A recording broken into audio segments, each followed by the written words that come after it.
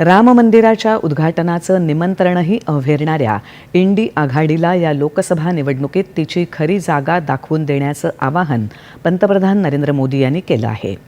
ते आज कोल्हापुरात प्रचार सभेत बोलत होते।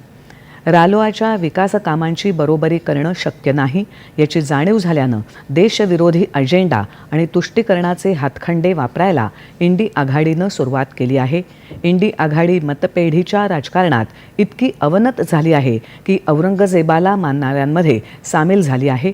तुष्टीकरण आणि मतपेढीचं राजकारण करणाऱ्यांची नजर आता सर्वसामान्यांच्या उत्पन्नावर आहे। त्यांना संपत्ती वारसा कर लावून तुमच्या स्वकष्टाच्या उत्पन्नावर डल्ला मारायचा आहे। सरकार बनवा आणि पैसे कमवा हा एकच त्यांचा अजेंडा आहे, अशी टीका त्यांनी केली। कांग्रेस ने ऐलान किया है कि आप जीवन भर जो कमाएंगे, अपने बच्चों के लिए जो कुछ भी जोड़ते रहेंगे, वो पूरा का पूरा आपके संतानों को नहीं मिलेगा। आपके न रहने के बाद आपकी पैतृक कमाई में से आधा हिस्सा कांग्रेस इनहेरिटेंस टैक्स लगाकर वसूल करना चाहती है। कर्नाटका में कांग्रेस सरकार ने ओबीसी कोटे में जो 27% आरक्षण है वो मुसलमानों को देने के लिए उन्होंने क्या किया, रातों रात एक कागज पे थप्पा मार करके सभी मुसलमानों को ओबीसी बना दिया, रातों रात।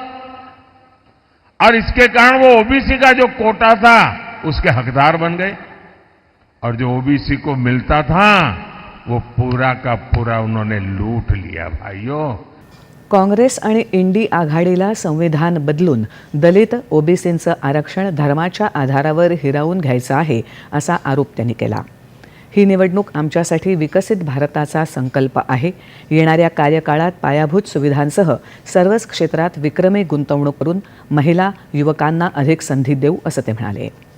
गेल्या 10 वर्षात भाजपानं विविध योजनांच्या माध्यमातून गरीब कल्याण घडवून आणलं, असं त्यांनी सांगितलं। या देशात फक्त मोदींचीच हमी चालते। मोदींना मत म्हणजे देशाच्या विकासाला मत, प्रत्येक घटकाच्या सर्वांगीण विकासाला मत, असं मुख्यमंत्री एकनाथ शिंदे यांनी या प्रचार सभेत सांगितलं।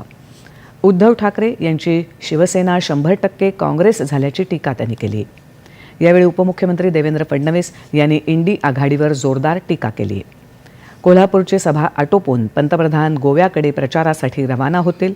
तिथे ते दक्षिण गोव्यात पक्षाच्या उमेदवाराच्या समर्थनार्थ प्रचार सभेला संबोधित करतील। लोकसभा निवडणुकीच्या तिसऱ्या टप्प्यात 11 राज्य आणि केंद्रशासित प्रदेशातल्या 94 जागांसाठी 7 मेला मतदान होणार आहे।